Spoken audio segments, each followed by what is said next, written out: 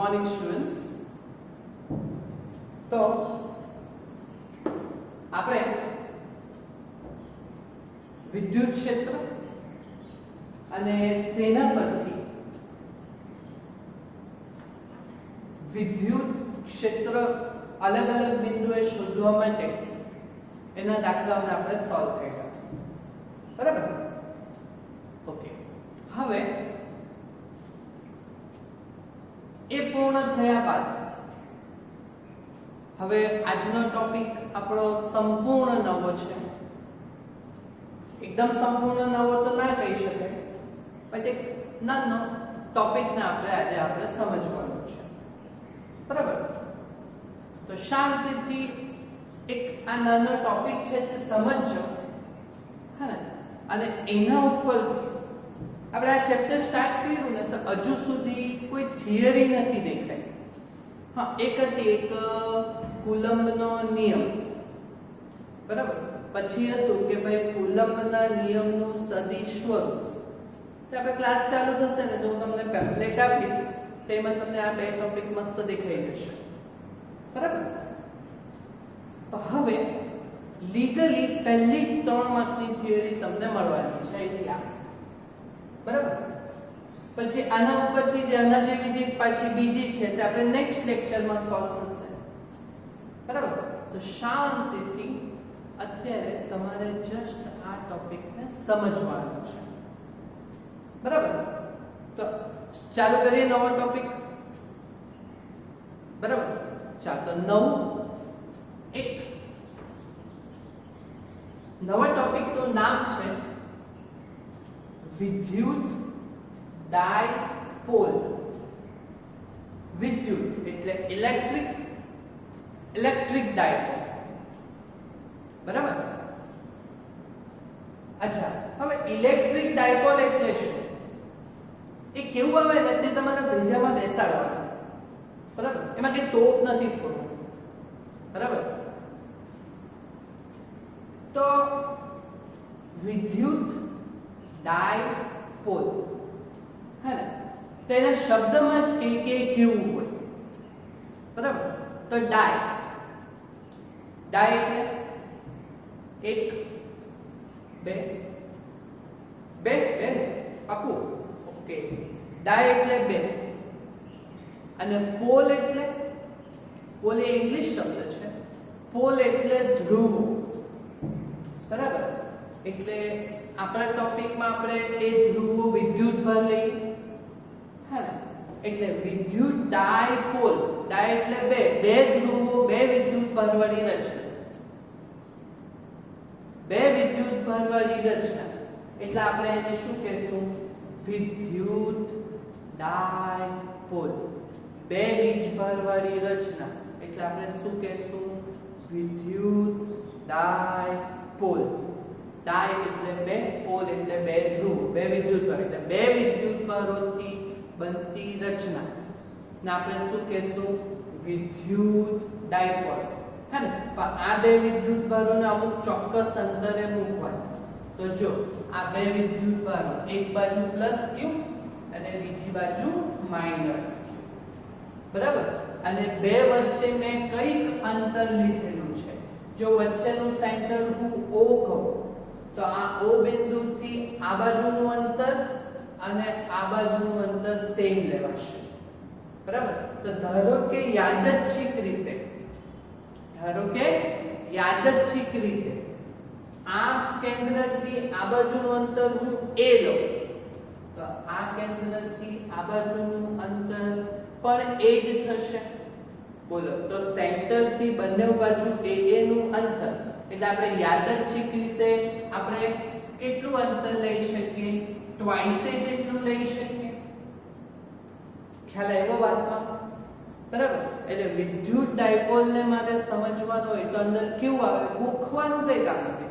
Dipole એટલે 2 ધ્રુવો લેવાના, એક બાજુ પ્લસ ક્યુ અને બીજી બાજુ માઈનસ ક્યુ. છે સમાન વિદ્યુતભાર પણ પરસ્પર વિજાતીય અને બંનેને અમુક ચોક્કસ અંતર એટલે કેટલા અંતરે મૂકતા?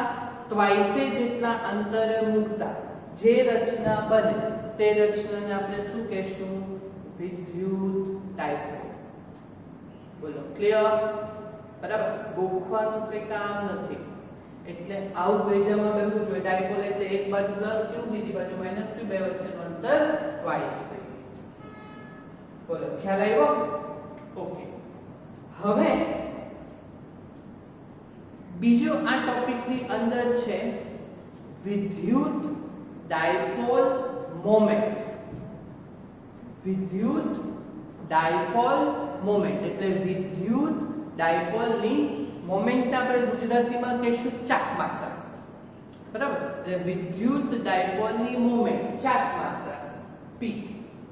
તો વિદ્યુત ડાયપોલની ચાક માત્રા એટલે શું? તો આપણી પાસે બે વસ્તુ છે. વિદ્યુત ડાયપોલમાં બે વસ્તુ છે. એક તો વિદ્યુત ભાર છે એટલે q, અને બીજું બે વચ્ચેનું અંતર છે twice c. બરાબર, તો વિદ્યુત ડાયપોલની ચાક માત્રા p આ જ સમજવાનું છે. બરાબર, થિયરીઓમાં કઈ લેવા નહીં, ટોપિક સમજ પડવા જોઈએ તમે. તો વિદ્યુત ડાયપોલની ચાક માત્રા એટલે p, મોમેન્ટમ p. તો વિદ્યુત ડાયપોલની ચાક માત્રા p એટલે બે કેટલા અંતરે છે twice, અને વિદ્યુત ભારનું મૂલ્ય કેટલું છે q. તો એ બેનો ગુણાકાર એટલે twice into q એટલે વિદ્યુત ડાયપોલ મોમેન્ટ. બોલો આ ખ્યાલ આવ્યો તમને? બરાબર. હવે વિદ્યુત ડાયપોલ મોમેન્ટ છે ને તે રાશિ કઈ આવે? જે રીતે મોમેન્ટમ વેગમાન p બની ગયા. બરાબર, સદિશ રાશિ હતી એટલે વિદ્યુત ડાયપોલ મોમેન્ટ એ કઈ રાશિ થવાની? સદિશ રાશિ. બોલો ક્લિયર? બરાબર, તો આ ડાયપોલ મોમેન્ટની જે દિશા છે ને, બરાબર, તે આપણી વિદ્યુત ક્ષેત્રની દિશા કઈ હતી? વિદ્યુત ક્ષેત્રની દિશા +vq વિદ્યુતભાર થી -q વિદ્યુતભાર. પ્લસ થી માઈનસ હતી ને, તો વિદ્યુત ડાયપોલની ચાક માત્રા, વિદ્યુત ડાયપોલ મોમેન્ટની દિશા એ આપણે એના કરતા ઉલટી લેશું. ઉલટી લેશું એટલે -q થી કે બાજુ લેશું +q તરફ. -q થી કે બાજુ લેશું +q તરફ. જો આકૃતિમાં અમે બતાવેલું છે કે ડાયપોલ મોમેન્ટ p વેક્ટર એ -q થી +q બતાવેલ છે. હવે જ્યારે આપણે છે ને ત્રણ થિયરી છે ડાયપોલની, તો જ્યારે આપણે આકૃતિમાં ડાયપોલ દોરશું ને તો ત્યાં ડાયપોલ મોમેન્ટ ખાસ બતાવવાની, એવી તો અડધોમાં કદાચ કટ થઈ શકે. બરાબર, તો ડાયપોલ મોમેન્ટની દિશા ઉલટી બતાવવાની, -q થી +q. બોલો ખબર પડી? હવે એનો એકમ, તો બોલો એકમ શું આવશે? તો twice શું છે? અંતર. અંતર એટલે મીટર, અને q શું છે? વિદ્યુતભાર. એટલે વિદ્યુતભારનો એકમ કુલમ. એટલે કુલમ ઇન્ટુ મીટર. બરાબર, ને પારિમાણિક સૂત્ર બનાવવાનું હોય તો આપણે પહેલા દિવસે ભણેલા કુલમનું પારિમાણિક સૂત્ર ટા, T1 A1, ને મીટર એટલે અંતર L1 એટલે M0 L1 T1 અને A1. બોલો ક્લિયર રહી ગયું? બરાબર, એટલે બોલો કેટલી વસ્તુ તમને સમજ પડવા જોઈએ? તો વિદ્યુત ડાયપોલ એટલે એક બાજુ +q બીજી બાજુ -q, ને બે વચ્ચેનું અંતર twice. બરાબર, ને બીજી વસ્તુ શું? વિદ્યુત ડાયપોલની ચાક માત્રા મોમેન્ટ p એટલે બે વચ્ચેનું અંતર twice into q. બરાબર, જેની દિશા -q થી +q તરફ આવે. બોલો ખ્યાલ આવ્યો તમને? આવ્યો? બરાબર, તો જેવા આપણે દાખલા શોધ્યા ને એવી ને એવી આપણે થિયરીઓ કરશું. વિદ્યુત ક્ષેત્ર શોધવાના દાખલા હતા કે? બરાબર, ચાલો તો આપણે પહેલી થિયરી છે 3 માર્કની, જે બોર્ડમાં પૂછાઈ શકે. 3 માર્કની થિયરીનું નામ શું છે? વિદ્યુત ડાયપોલની અક્ષ પર. અક્ષ ઉપર એટલે ડાયપોલને આવી રીતે મૂકેલો હોય તો આની અક્ષ કઈ કહેવાય? આઈડી આરથી એની અક્ષ કહેવાય. બરાબર, તો આ ડાયપોલની અક્ષ ઉપર, ડાયપોલની લાઈનમાં કોઈ પણ આપણે બિંદુ લઈ લઈએ. આ બિંદુ આગળ શું શોધવાનું છે આપણે? ઉદ્ભવતા વિદ્યુત ક્ષેત્રનું સૂત્ર મેળવો. આ થિયરીમાં કઈ નથી લેવાનું. તમે જેવા દાખલા કર્યા ને તેવી થિયોરિકલ આ થિયરી છે, બરાબર? જસ્ટ ખાલી સમજવાનું છે. ચાલો, તો પહેલા આપણે આકૃતિ દોરો. આકૃતિમાં શું દોરશું? પહેલા વિદ્યુત ડાયપોલ લેવું, એક પ્લસ ક્યુ વિદ્યુત ભાર, બીજો માઈનસ ક્યુ વિદ્યુત ભાર. એનું કેન્દ્ર લીધું O, એટલે આટલું અંતર A, આટલું અંતર પણ A, બરાબર? તો બે વિદ્યુત ભારો વચ્ચેનું અંતર થઈ ગયું ને ટ્વાઇસ. ક્લિયર? બીજું ભૂલવાનું નહીં, ડાયપોલ મોમેન્ટ બતાવવાની છે આપણે P. તો ડાયપોલ મોમેન્ટની દિશા કે બાજુ બતાવશું? P વેક્ટર એ માઈનસ q થી પ્લસ q તરફ. દેખાય છે ને red colour? Dipole moment P. હવે આપણે કોઈ બિંદુ લેવું, તો બિંદુ કયું લેવાનું? તો એઝ યુઝ્યુઅલ આપણે બિંદુ P જ લેશું, હે ને? કા લેવાનું છે બિંદુ? આપણે ડાયપોલની અક્ષ ઉપર. ચાલો, તો આ ડાયપોલની અક્ષ એટલે આ ડાયપોલની આ લાઈન ઉપર.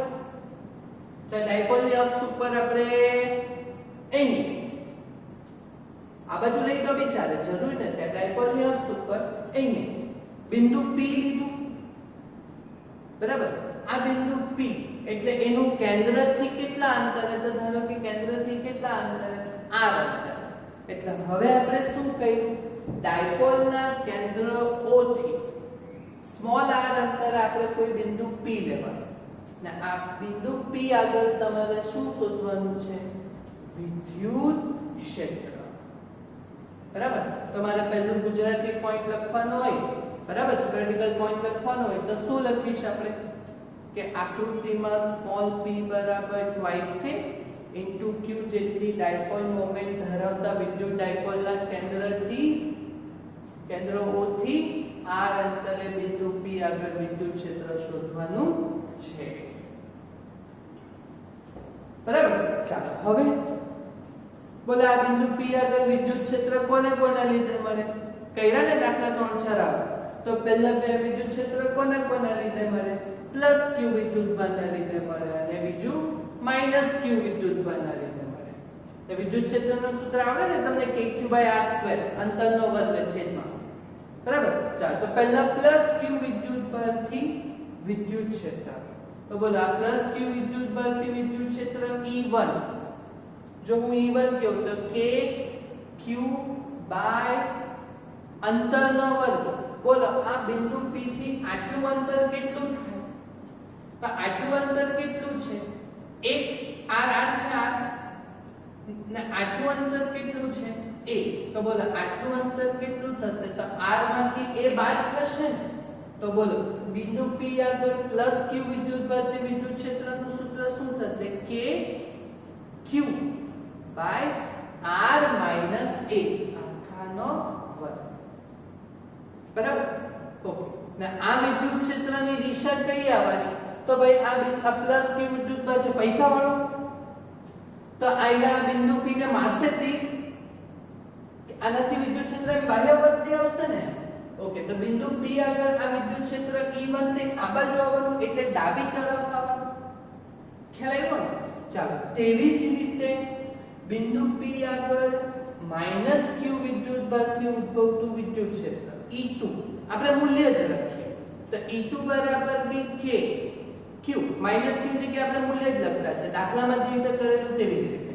તો k q બાય અંતરનો વર્ગ. તો બોલો બિંદુ P થી આ માઈનસ q નું અંતર કેટલું છે? તો r અને આટલું a, તો r a થશે. તો સેમ ટુ સેમ જ થવાનું. અહીંયા r a ની જગ્યાએ શું થવાનું? r a નો વર્ગ થવાનો. બોલો ખ્યાલ આવ્યો ને તમને?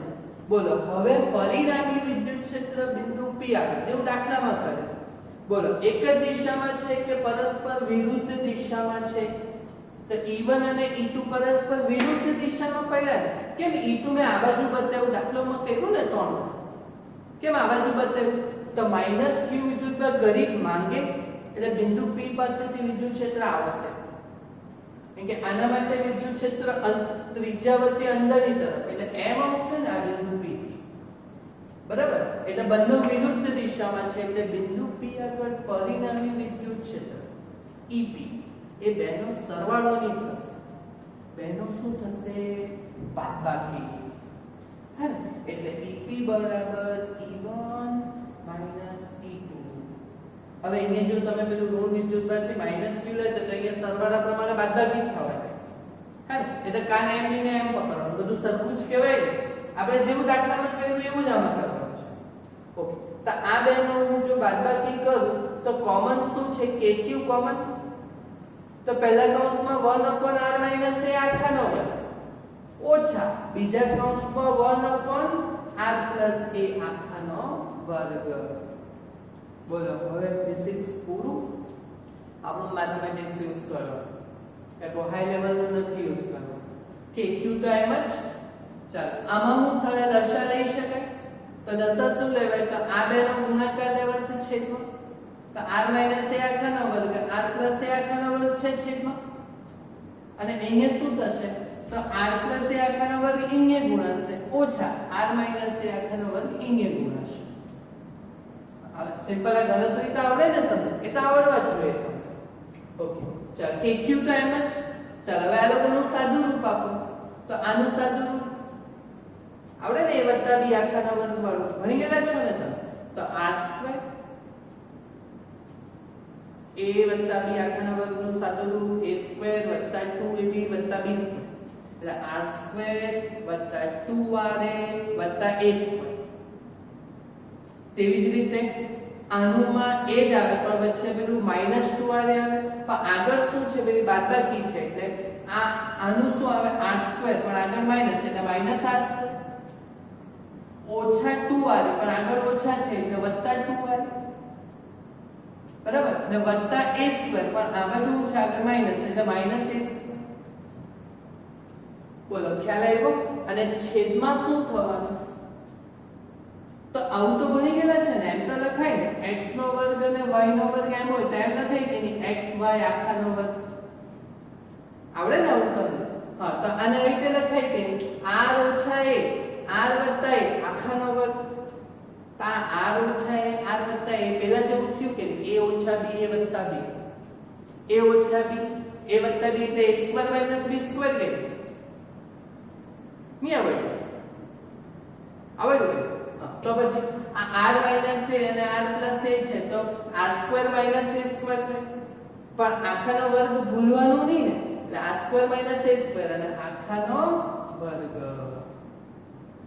બોલો સમજ પડી બોલો હવે પતી ગઈ ને આ રૂપનું જેટલું છે તો r² અને r² ઉડે a² અને a² ઉડે તો 2ra + 2ra 4ra ને છેદમાં r² - a² આખાનો વર્ગ જ બરાબર ચાલો આ થઈ હવે આપણે એક શરતને કન્સિડર કરીએ કે આ બે વિદ્યુત ડાયપોલ છે ને એમાં બે વિદ્યુતભારો વચ્ચેનું અંતર તો છે ને બહુ નાનું સૂક્ષ્મ હોય સૂક્ષ્મ એટલે આપણે એ છે ને બહુ નાનો એટલે આપણે શું કરીએ કે આ જે અંતર r છે ને એ જો a કરતા બહુ મોટું r greater or greater than a આ જે અંતરે આપણે બિંદુ p આગળ આપણે શોધેલું છે ને વિદ્યુત ક્ષેત્ર તો આ બિંદુ p ધારો કે a ની સરખામણીમાં આ અંતર r બહુ મોટું તો r greater or greater than a માટે આ દેખાય છે ને બાદબાકી અંદર તો r greater or greater than a હોય તો આ છેદમાંથી તમે આ r² ની વેલ્યુ બહુ મોટી હોય અને a² તો બહુ નાનું છે તો બોલો આ છેદમાંથી તમે a² અવગણી શકો ને તમે બોલો ખબર પડી તમને આ તો છેદમાં શું રહેશે જો છેદમાંથી તમે a² ને અવગણો તો r ના વર્ગનો વર્ગ એટલે r ની 4 ઘાત આવે છેદમાં પણ ઉપર r ની 1 ઘાત છે કે નહીં નિમન છે ને હા પાછું r greater or greater than a લો તો આ a² ને આપણે અવગણી શકીએ ને છેદમાંથી તો છેદમાં r ની કેટલી ઘાત આવે 4 તો ઉપર એક r છે તો ઉડી જાય તો r ની 3 ઘાત રહી કે ની છેદમાં તો શું આવશે kq મળશે 4a/r બોલો ખબર પડી હવે આપણે જે બી જવાબ લાવવું ને હે ને તે ડાયપોલ મોમેન્ટમાં લાવવાનું કે વિદ્યુત ડાયપોલની થિયરી છે કે તો બોલો વિદ્યુત ડાયપોલ મોમેન્ટ એટલે વિદ્યુત ડાયપોલ મોમેન્ટ P બરાબર twice into q કેની twice into q કેની તો ડાયપોલ મોમેન્ટ P બરાબર twice into q લેવા બરાબર તો જો અહીંયા q તો છે જ અંશમાં twice બી છે એટલે 4a એટલે 2a ના into 2 કહેવાય કે તો જો twice into q ની જગ્યાએ મેં ડાયપોલ મોમેન્ટ p લઉં તો શું રહેશે બગડું રહેશે ને કે 4 છે તો twice છે તો અહીંયા 2 રહેશે ને તો 2k તો twice into q એટલે p એટલે 2kp divide by r3 બોલો ક્લિયર કઈ આ બોલો આ બિંદુ p આગળ વિદ્યુત ડાયપોલ ને કારણે અક્ષ ઉપરના બિંદુ આગળનું કોઈ વિદ્યુત ક્ષેત્રનું સૂત્ર છે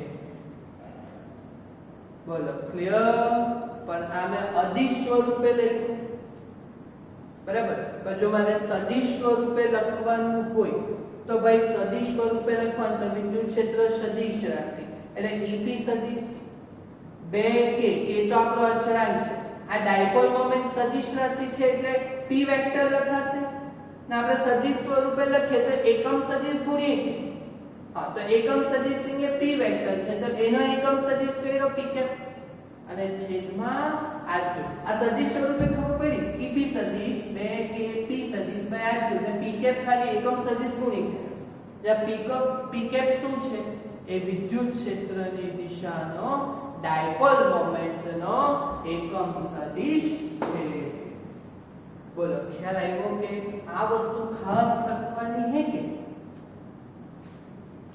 સૂત્ર તો આવી જાય મસ્ત થિયોરિકલી આ તો ઉતાવળમાં સદિશ સ્વરૂપે લખજો કેમ કે ટેક્સ્ટમાં છે ને બરાબર સદિશ સ્વરૂપે લખવાનું ખાસ ઇમ્પોર્ટન્ટ આને સદિશ સ્વરૂપે મૂકવાનું આ સદિશ 2k p સદિશ ના છેદમાં r3 હવે મારે એકમ સદિશ કોણ તો એનો એકમ સદિશ પૂરવાનો ને તો વિદ્યુત ડાયપોલ મોમેન્ટનો એકમ સદિશ pk પૂરી મૂકવાનો જ્યાં pk એ વિદ્યુત ક્ષેત્રની દિશાનો એકમ સદિશ છે બોલો ખ્યાલ આવ્યો કે ક્લિયર તો વિદ્યુત ડાયપોલ તમે એકવાર મસ્ત સમજી લો પછી આટલું નોટમાં કોપી કરવાનું તમારે બરાબર ને આ થિયરી જોઈએ તો 4 વાર તમે સમજો વિડિયોમાં બરાબર તો આકૃતિ અને તેની ગણતરી એ તમને ખાસ આવડવી જોઈએ બરાબર બોર્ડમાં આ થિયરી ઇમ્પોર્ટન્ટ ગણી શકાય 3 માર્ક્સ માટે ઇમ્પોર્ટન્ટ ગણી શકાય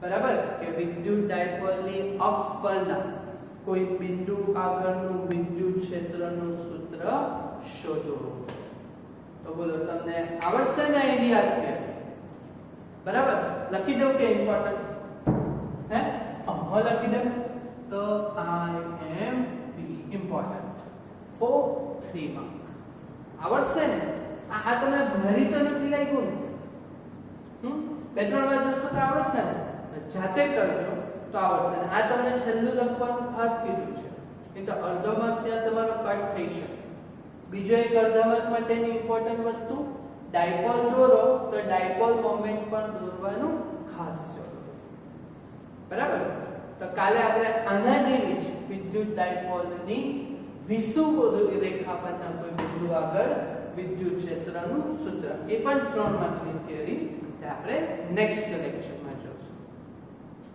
ક્લિયર આટલું પરફેક્ટ